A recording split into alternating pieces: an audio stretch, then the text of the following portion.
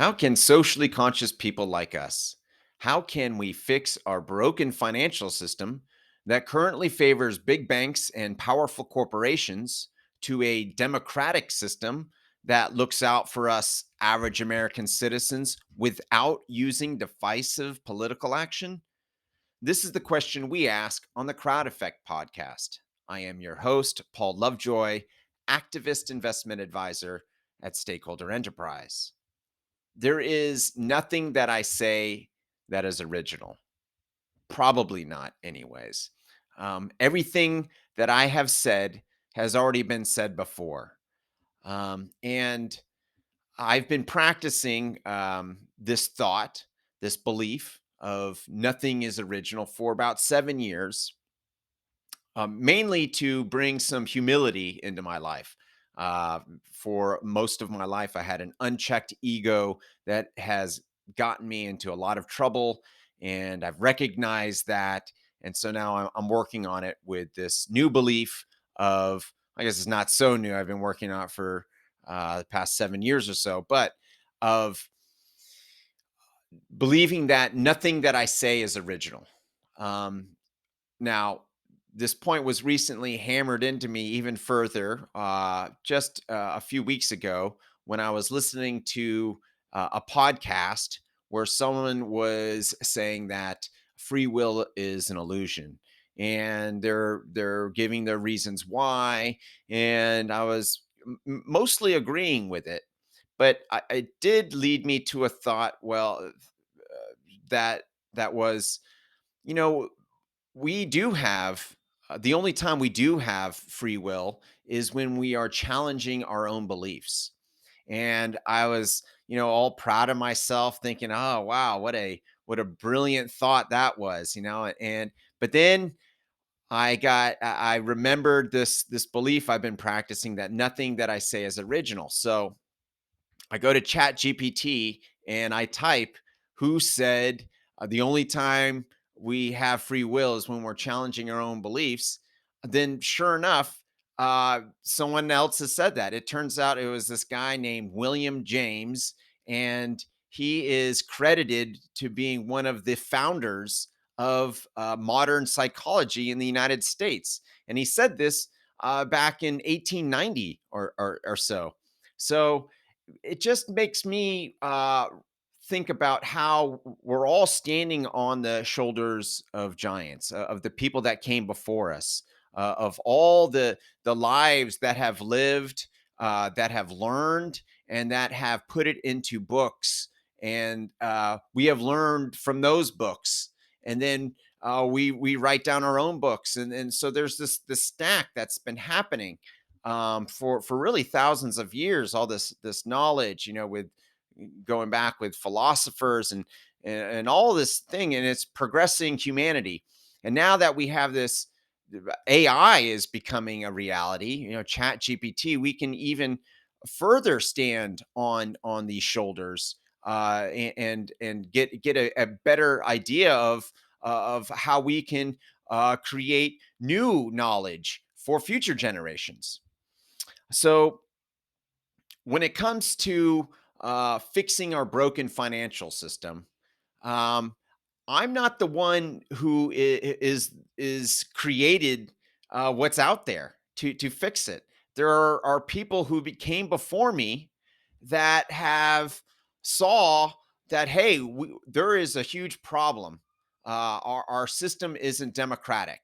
Right now, 98% of all U.S. income earners are locked out of our economy when it comes to something called the private market. The private market is where this is how companies are formed. This is where you make private loans. You can get in all these private investments that have been exclusively for the top 2% of income earners and institutional investors. There are people who saw the rich getting richer, and 98% of American citizens falling behind, and they decided to do something about it. I'm going to name a few of these individuals. One of them is an attorney named David Feldman. He's got a nickname called the Godfather of Regulation A plus. Regulation A plus uh, is the regulations that opened up the private market to the general public via crowdfunding. And David Feldman, this attorney, he worked with regulators to draft this he worked with legislators to draft this regulation. Nicholas Tomarello, he's the founder and CEO of an equity crowdfunding site, WeFunder, really the largest equity crowdfunding site out there. And not only did he help with the passing of Regulation A plus, passed in 2012. It went into effect in 2015. He also helped out with something more specific with regulation crowdfunding, which was part of this, uh, uh, Jobs Act with Regulation A plus that happened. And he also helped with increasing the effectiveness of regulation crowdfunding in 2020. um, Someone named Chris Larson and another person, John Witchell, they were co-founders of the crowd lending site Prosper.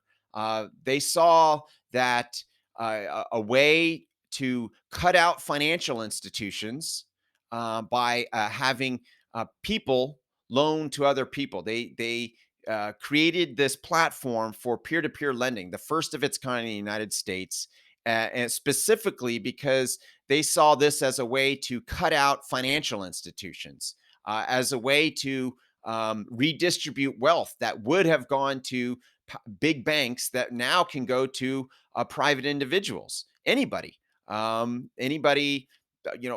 just the top 2%, but all income earners. That Chris Larson and Jan Witchell, they were the ones that came up with that. Um, there were brothers Ben and Dan Miller, along with their a classmate Brandon Jenkins, that co-founded Fundrise, which is really the first big real estate crowdfunding site, specifically again to democratize private real estate investment. Uh, Here again, that and they were working with the regulators to get this done as well. Um, so there's nothing original about anything that I'm saying here. These guys, they've already thought this and have done something about it. All I'm doing, the one thing I do have originality over, is how I present this. These guys have already come up with a message. The original thing that I'm offering is how I'm presenting it. And I want to present it because I think this work that they're doing is so important. Um, and it's not an original idea to use financial instruments to to fix our financial system. That's nothing new. In the mid 20th centuries, in the 1930s, 40s, 50s, 60s, um, credit unions dramatically changed our financial system. Uh, they were providing banking services in underserved and vulnerable communities, especially African Americans who were being redlined, meaning that they were totally discriminated against in just getting any kind of financing. Um, and I was I listened to this oral history, fascinating. It was done in connection with a credit union, a very large credit union, also a community development financial institution called Self Help, a self-help credit union. They're in North Carolina. I think they're in other states as well. And they worked with the Southern Oral History program. And they have this incredible series on how credit unions um, empowered various African American communities. And you hear their stories of how they were able to achieve economic prosperity because of these credit unions. Credit unions, they're not about shareholder bottom line. Instead, they put back, they're nonprofit, so they put back any revenues above their expenses into the credit union to help people. And this has been a huge in fixing our financial system. There's this isn't a new thing. In fact, even before uh, credit unions, Ben Franklin had this revolving loan fund where he set up on his death $10,000 in today's money in value, equivalent back then to two cities, Philadelphia and Boston, and essentially the $10,000 were loaned to people, to tradesmen, people who had a craft to for apprenticeships and to pay for that. And so the trades people would learn their craft with the loan, and then they would pay back the loan with interest. And then once the loan got paid back, then it would be loaned to somebody else for the same purposes. And more than one loan was going on at a time. Anyways, these Ben Franklin had it set up to last for 200 years. So this constant cycle of loaning money to people, people paying it back with interest, and getting loaned to even more people because of the interest and because just of the time value of money. $10,000 grew to over $1 million dollars in Boston, and I believe over $2 million into Philadelphia when they were finally used for the cities. That's what he wanted. He said, in 200 years from now, I want whatever's in the fund to go towards infrastructure and community development into Boston and Philadelphia.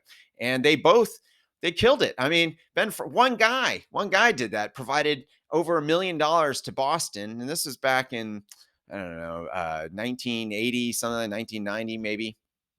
Philadelphia, over $2 million. And so there's nothing new about using financial instruments to fix things. Um, so all of this has kind of also led me uh, to a story in my own life with my own investment practice. I am currently working on well, I have an investment calculator, and I paid somebody to build it for me. And I because that's not something I'm very good at. I'm not really good at Google Sheets and the formulas and all of that. But the my calculator, I wanted to improve. There's some things after using it, I was like, I wish I do that. But you have to. It's kind of pricey to hire someone to do it, and then explaining to them what you want done is also challenging. So I ended up asking ChatGPT for help, and I got it. I'm not. I'm getting formulas that I could cut and paste into my Google Sheets to come up with improvements to my investment calculator, and it's all because I'm standing on the shoulders of others, and it's been a real game. I mean, now I'm empowered. Uh, the AI is going to change the way we do things. I mean, dramatically, exponentially. And we're just scratching the surface. Um, so that's the story. I want to finish off here with the financial tip of the day, which is diversification. Now, I don't want to fall off a cliff in my life. That's something, I don't know, maybe I have a kind of a fear of heights or whatever it is. So I take steps to minimize that from ever happening, from me ever falling off a cliff. So I don't go close up to cliffs. I don't drive fast when there are cliffs nearby. I take all these steps and precautions to give myself the best probability of never falling off a cliff. Now, I even doing that doesn't guarantee that I won't fall off a cliff. Someone while I'm driving could hit my car and the car could go off a cliff, or I can get you know knocked down by somebody, so a crazy person, they can throw me off a cliff. Now that's highly unlikely to happen, but it's possible. There's no guarantee. And that's kind of what diversification does. When you diversify, um, it doesn't guarantee that you're going to lose your investment, but it gives you the best possible chance to keep your investment, to not fall off that financial cliff, so to speak. You're able to put so many different eggs in so many different baskets that if one egg cracks and breaks, you still have all these other eggs because they're safe in their own basket. So diversification is such a critical thing.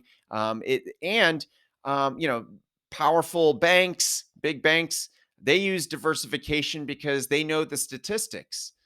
They see there is this amount of likelihood that it's a financial investment will fail, and so but if we diversify it, we completely minimize our risk, and we're able to pretty much guarantee, you can't guarantee anything, but it gives them the best chance at generating a very predictable investment income. And the banks have been doing that for centuries. So diversification, that's our financial tip of the day. My name is Paul Lovejoy. I am a crowd investor, and I see you are one too. If you'd like to know how to fix our broken financial system ethically, legally, and without confrontation, go to stakeholderenterprise.com.